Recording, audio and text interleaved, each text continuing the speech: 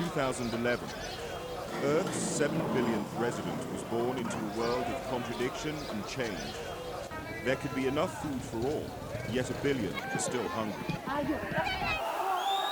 Throughout this year, people around the world were seeking freedom from oppression and better opportunities for themselves and their families. UN Secretary-General Ban Ki-moon. 7 billion now look to us, the world's leaders. They need solutions. They demand leadership. They want us to act. In Libya, Colonel Gaddafi's security forces began systematically shooting at peaceful protesters. More than 600,000 people fled the fighting and chaos, and Ban Ki-moon urged the international community to ensure the protection of civilians. I have spoken out bluntly and repeatedly. The violence must stop. In March, the Security Council adopted a resolution with 10 yes and 5 abstentions to take all necessary measures to prevent further attacks and the loss of innocent lives in Libya. Susan Rice, permanent representative of the United States. The Security Council has authorized the use of force, including enforcement of a no-fly zone, to protect civilians. Soon, NATO began a bombing campaign. UN humanitarian agencies delivered vital supplies to the population.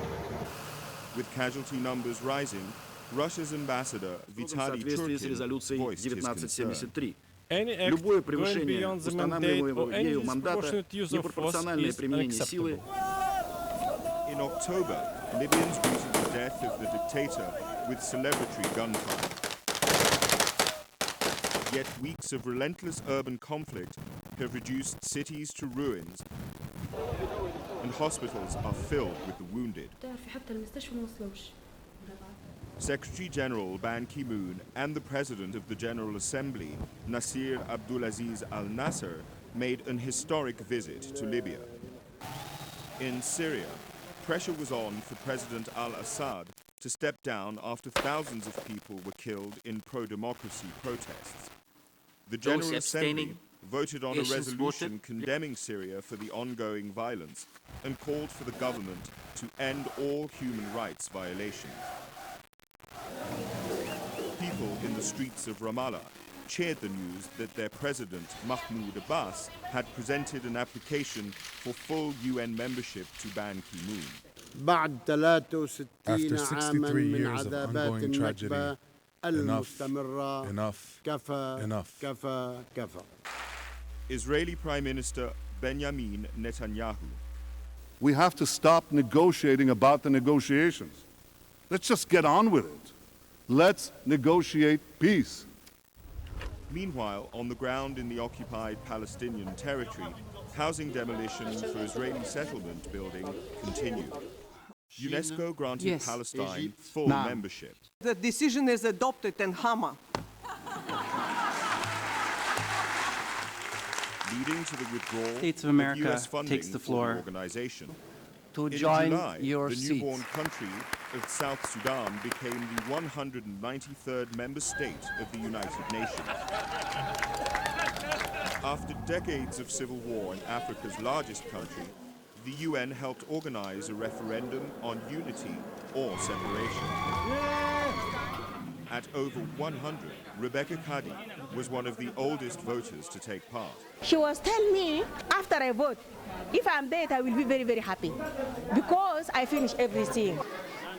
Over 99% supported separation, and on the 9th of July, a new country was born. Like any newborn, South Sudan needs help. Together, South and North must face their common future as partners, not rivals. In 2011, more than 120,000 UN peacekeepers were deployed in 16 missions on 4 continents. In Liberia's presidential elections, the UN mission deployed ground troops and increased air patrols to improve security and reassure citizens as they went to the ballots. Voters turned out undeterred, despite some clashes that prompted the boost in security. President Ellen Johnson Sirleaf was not only re-elected, She was also one of 3 women activists who were jointly awarded the 2011 Nobel Peace Prize. The arrests of former Côte d'Ivoire President Laurent Gbagbo in April and accused war criminal and former Bosnian Serb military leader Ratko Mladic in May provided further evidence that the era of impunity may come to an end and the rule of international law is here to stay. Haiti slowly recovered from a major cholera epidemic. 1 year after the devastating earthquake, 40% of the 10 million cubic meters of rubble have been removed. The UN Development Programme and other UN agencies created jobs in a pilot project to transform some of the debris into gravel to build new homes and schools. UNICEF brought in supplies. Now, 140,000 children who have never been enrolled before are going to school. Thailand has seen the worst flooding in 70 years. Unusually heavy rainfall left large parts of the country, including the capital, Bangkok, inundated. In Somalia, war and the worst drought in decades uprooted 1.5 million people. The World Food Programme opened feeding centers, bringing relief to millions in desperate need. Executive Director, Josette Sheeran.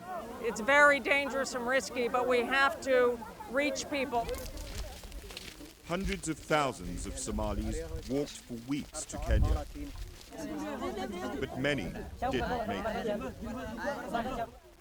The Dadaab refugee camp, the world's largest, became the 3rd biggest city in Kenya, with almost 500,000 residents. The UN's refugee agency, UNHCR, airlifted thousands of tents to ease the overcrowding. Famine has spread over Somalia, but the consequences of the drought affected the whole Horn of Africa. These farmers lost half of their livestock and food supplies are running out. We live on palm nuts. There is nothing more to eat. The planet could easily feed 7 billion people, yet millions continue to starve. High and unpredictable food prices affected poor countries the most during the global economic downturn. 25 years after Chernobyl, a tragedy in Japan with multiple consequences. A magnitude 9 earthquake, followed by a tsunami, seriously damaged the Fukushima nuclear reactor. Dedicated workers prevented a total meltdown, but a large area became contaminated as radiation spread. Experts from the International Atomic Energy Agency urged Japan to secure permanent sites to store the radioactive waste. Visiting the victims, Ban Ki-moon pledged to keep nuclear safety high on the international agenda. Nuclear accidents respect no borders. We must treat nuclear safety as seriously as we treat nuclear weapons. Tensions over Iran's nuclear ambitions have increased since the IAEA reported that the country appeared to have worked on the design of a nuclear bomb and may still be doing secret research. After being unanimously re-elected for a second term in office starting in 2012, Ban Ki-moon declared sustainable development that reduces poverty and preserves the environment as his top priority. Green economy will be the buzzwords for 2012's Rio+20 Environment Conference in Brazil. 2012 will also be the year of sustainable energy for all, accessible to the poorest of the poor. 7 billion people need clean energy to read, sustainable agriculture to eat, and opportunities and decent jobs to live a life of dignity and prosperity.